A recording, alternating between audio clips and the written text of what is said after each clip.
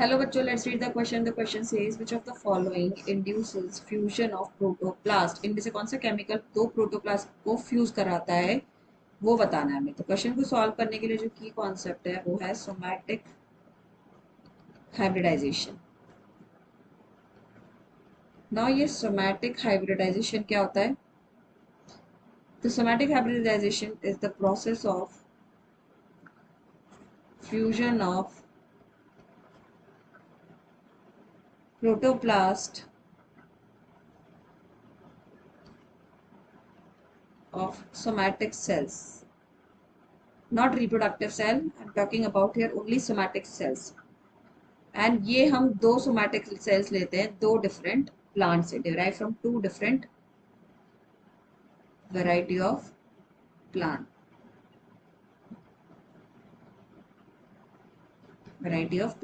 तो दो different variety of plant जिसमें हमारे डिजायरेबल कैरेक्टर प्रेजेंट है या फिर स्पीशीज, हम डिफरेंट स्पीशीज के भी प्लांट ले सकते हैं।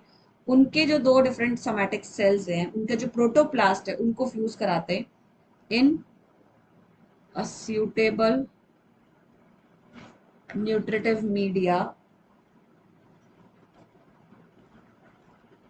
कोई भी न्यूट्रिटिव मीडिया में उनको फ्यूज कराते हैं, कल्चर करते हैं अंडर एसेप्टिक कंडीशंस में। ऑब्वियसली ये इन विट्रो मेथड है, this is an in vitro method.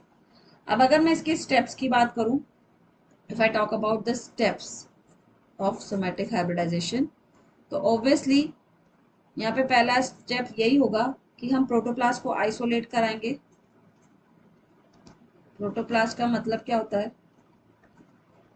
यहाँ पे हम प्लांट्स की बात कर रहे हैं, so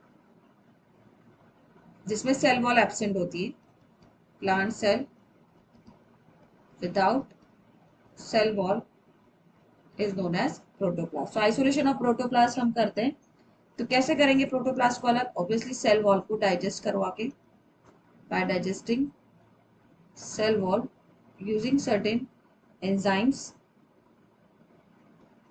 like plant cell wall cellulose की बनी होती है, दैट इज सेल्यूलेज एंजाइम को हम यूज करके उसको डाइजेस्ट करवा सकते हैं।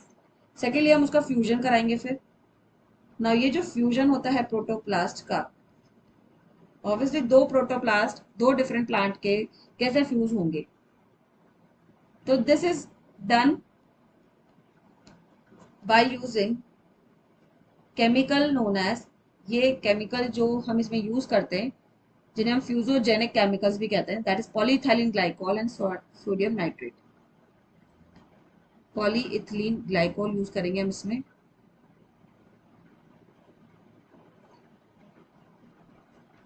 Polyethylene glycol and sodium nitrate. अब इन दोनों का रोल क्या होता है? एक्चुअली ये जो पॉलीइथिलीन ग्लाइकोल है, ये क्या करता है? पॉलीइथिलीन ग्लाइकोल ये टाइट एडेशन प्रोवाइड करता है, it provides tight adhesion. Adhesion मतलब चिपकना। ऑब्वियसली दो प्रोटोप्लास्ट को ये चिपकाएगा। सोडियम नाइट्रेट जो है ये क्या करेगा? सोडियम नाइट्रेट ये लाइपोप्रोटीन का रीऑर्गेनाइजेशन कराता है। ऑब्वियसली रीऑर्गेनाइजेशन ऑफ लाइपोप्रोटीन, जिससे हमारी सेल मेम्ब्रेन बनी होती है। सेल मेम्ब्रेन हमारी लिपिड्स और प्रोटीन से ही बनी होती है, तो lipoprotein is a combination of lipid and proteins, and इसके रीऑर्गेनाइजेशन की वजह से ऑब्वियसली फ्यूजन हो जाएगा। फिर वे चलाओ फ्यूजन ऑफ टू प्रोटोप्लास्ट। तो पहले तो एडेशन होगा, चिपकेंगे, उसके बाद उन दोनों प्रोटोप्लास्ट की सेल मेम्ब्रेन को फ्यूज कराने के लिए लाइपोप्रोटीन का रीऑर्गेनाइजेशन कराएगा। तो yes, these are the two chemicals.